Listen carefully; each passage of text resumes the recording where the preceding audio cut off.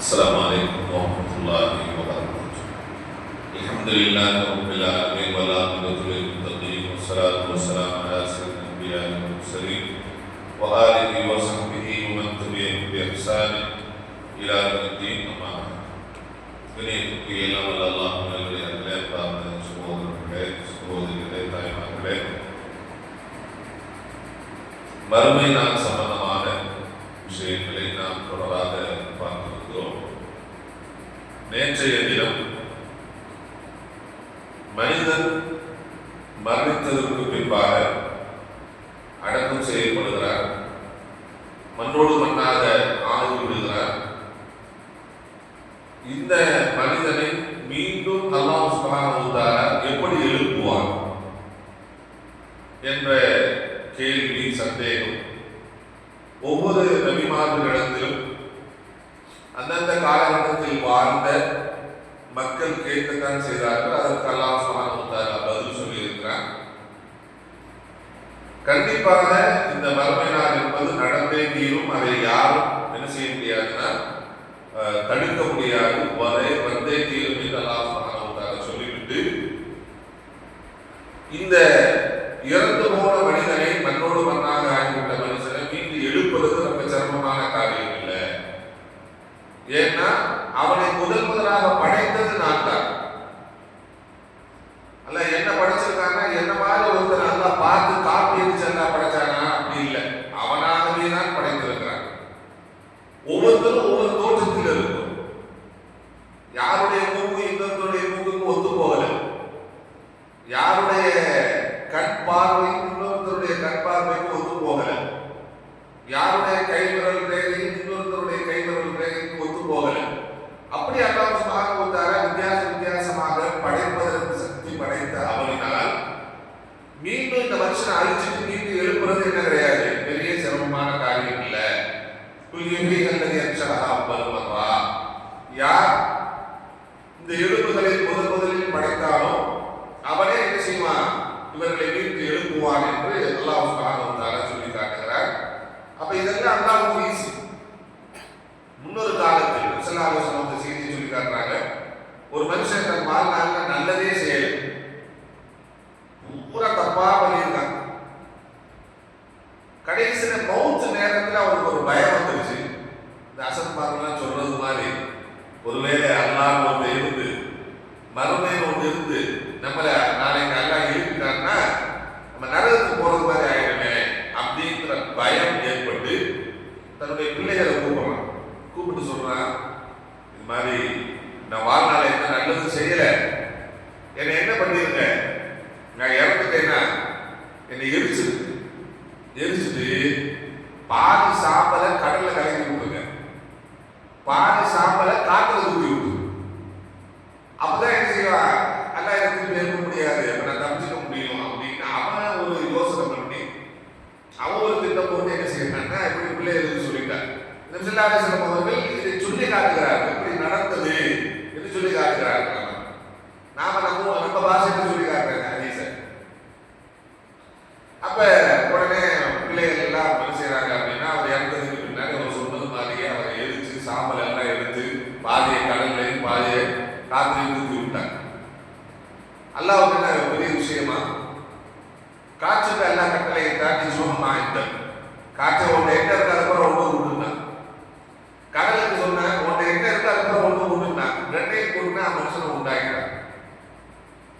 அல்லாஹ்வுக்கு முன்னால் அவர் முப்பாட்டப்படுகிறார். நல்லா கேட்கிறான், ஏப்பா இப்படி பண்ண, ஏன் இப்படி பண்ண என்று கேட்கின்ற பொழுது அவன் சொன்ன ஒரு வார்த்தை,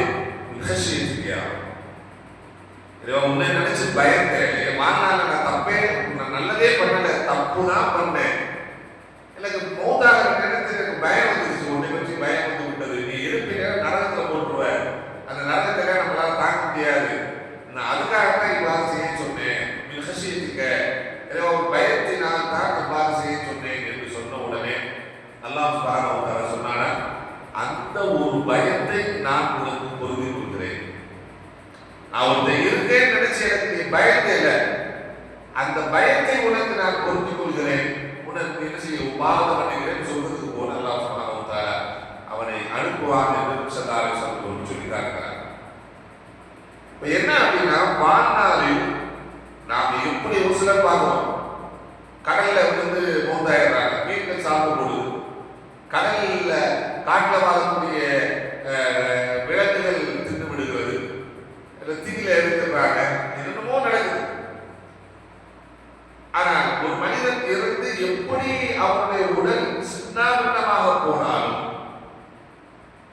அல்லாஹ்வினால் அல்லாஹ் எப்பேற்பட்ட சக்தி படைத்தவன், அவனை மீண்டும் எழுப்புவதற்கு சக்தி.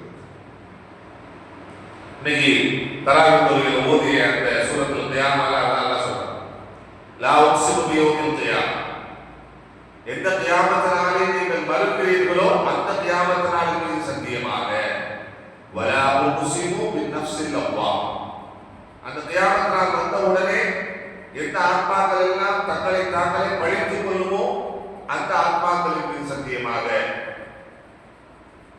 வலா உக்ஸிமு பின்னஃப்ஸில் லவ்வாமா அயஹ்ஸபுல் இன்சானு அல்லன் நஜ்மஅ இதாமா, மனிதன் நினைத்துக் கொண்டானா அவனது மக்கி போன எலும்புகளை நம்மால் ஒன்று சேர்க்க முடியாது என்று நினைத்துக் கொண்டானா, பலா காதிரீன அலா அன் நுஸவ்விய பனானா, நாம் எப்படியாப்பட்ட ஆளுனா, கை விரல் இருக்குல்ல, நுனி, இதுல இருக்க ரேகை இருக்குல்ல, இந்த உலகத்துல இருக்கிறப்ப இந்த ரேகை எப்படி இருந்துச்சோ அதுல கூட எந்த மாற்றமும் இல்லாம நான் எழுப்புவதற்கு சக்தி படைச்சேன். ஆறா மட்டும் உருவாகல, உலகத்துல எப்படி இருந்தையோ அப்படியே ஒன்று எழுப்பும். அந்த சக்தி நாம் படைத்தவர் என்பதாக அல்லாஹ் சுப்ஹானஹு வ தஆலா சொல்லியிருக்காங்க. அப்போ முஃமின்களாகிய நமக்கு மறுமை நாள் வந்தே தீரும், நாம் அல்லாஹ்வுக்கு முன்னால் நாம் நிப்பாட்டப்படுவோம் அப்படிங்கிற இந்த பயம் எப்பொழுதுமே நமக்கு உள்ளத்துக்கு இருக்கு. சரி, இந்த நம்புறதுனால நமக்கு என்ன பலன் அப்படின்னா, மறுமை ஒரு மனிதன் நம்பி விட்டார். தப்பு பண்றவங்க ஏன் தப்பு பண்றான்னு சொல்லுங்க, நம்மளை கேட்கறதுக்கு ஆள் இல்லை.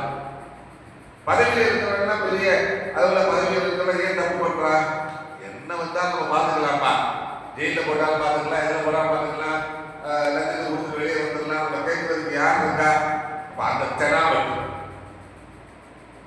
ஆனால் மனிதர்கள் யாரும் கேட்காவிட்டாலும் அல்லாஹ் நம்மை கேட்பார் என்கிற அந்த பயம் இருந்தால் ஒரு மனுஷன் செய்ய மாட்டான், தப்பு பண்ணுவான். அல்லாஹ் நம்மை பார்த்து கொண்டிருக்கிறான், கண்காணித்துக் கொண்டிருக்கிறான், நம்ம செய்யக்கூடிய எல்லாமே பதியப்படுகிறது.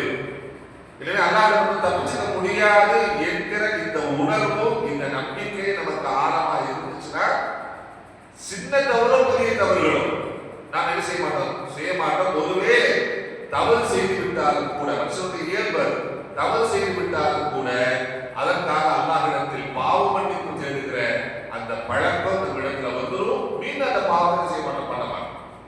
அப்ப மறுமையை நாம் என்ன செய்யணும்னா ஆழமாக நாம் நம்பிக்கை கொள்ள வேண்டும். ஆழமாக என்ன செய்யணும், நம்பிக்கை கொள்ளணும். அல்லாஹ் நிச்சயமாக மறுமைக்காக நம்மை எழுப்புவார்.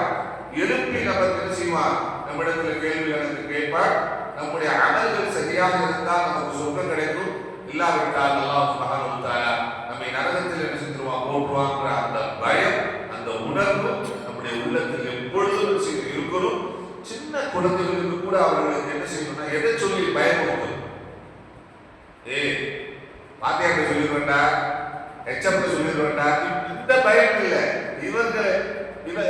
இந்த பயத்தை ஊட்டி அவர்களை நாம் வளர்க்கக்கூடாது. தம்பி அல்லாஹ் பார்த்துட்டு இருக்கான், அல்லாஹ் கொடுத்துருக்கான், அவனை பயம். நீ எங்க இல்லாட்டாலும் எங்க இருந்தாலும் அல்லாஹ் நம்மை பார்த்து கொண்டிருக்கிறான் என்கிற உணர்வை நம்முடைய குழந்தைகளுக்கு சின்ன வயசுலேயே நம்ம ஊட்டி வளர்த்துட்டோம்னா அவர்கள் பெரிய மனிதர்களாக ஆனாலும் எங்கேயும் என்ன செய்ய மாட்டாங்க, தப்பு செய்ய மாட்டாங்க. மறுமையில் ஒன்று இருக்கு, மௌத்துன்னு ஒன்று இருக்கு. பிள்ளைகிட்ட மௌத்தை பத்தி சொல்றதா, மௌத்தை பத்தி சொல்லித்தரான். மௌத்துன்னு ஒன்று இருக்கு, மறுமையில் ஒன்று இருக்கு, அல்லாஹ்வுடைய விசாரணை ஒன்று இருக்கு, நரகம் என்று இருக்கிறது, சொர்க்கம் என்று இருக்கிறது என்கிற இந்த உணர்வுகளை நம்முடைய குழந்தைகளுக்கு அப்படி பேச்சோட பேச்சா அப்படி அவர்களுக்கு நாம் ஊட்டி வளர்ந்தால் அவர்கள் சிறியதவர் பெரியதவர்கள் இருந்து என்ன செய்வாங்கன்னா தங்களை பாதுகாத்து கொள்வாங்க. ஒரு குறிப்பிட்ட வயசுக்கு மேல தப்பு செய்யணும்னு நினைச்சாலும் கூட அந்த உணர்வு வந்துடும், நல்லா நம்மளை பார்க்கணும், தப்பு பண்ணக்கூடாது என்கிற அந்த உணர்வு வந்துவிடும். மறுமையில் ஒன்று இருக்கு, நாளைக்கு மறுமையில் அல்லாஹ் சுப்ஹானஹு வ தஆலா நம்மளை கூப்பிட்டு விசாரிப்பார் என்ற அந்த உணர்வு வந்துவிட்டால் அவர்கள் தவறு செய்ய மாட்டார்கள். அல்லாஹ் சுப்ஹானஹு வ தஆலா அந்த மறுமையினுடைய உணர்வுகளை நம்பிக்கையை நமக்கு ஆழமாக தந்து அந்த மறுமைக்காக தயார்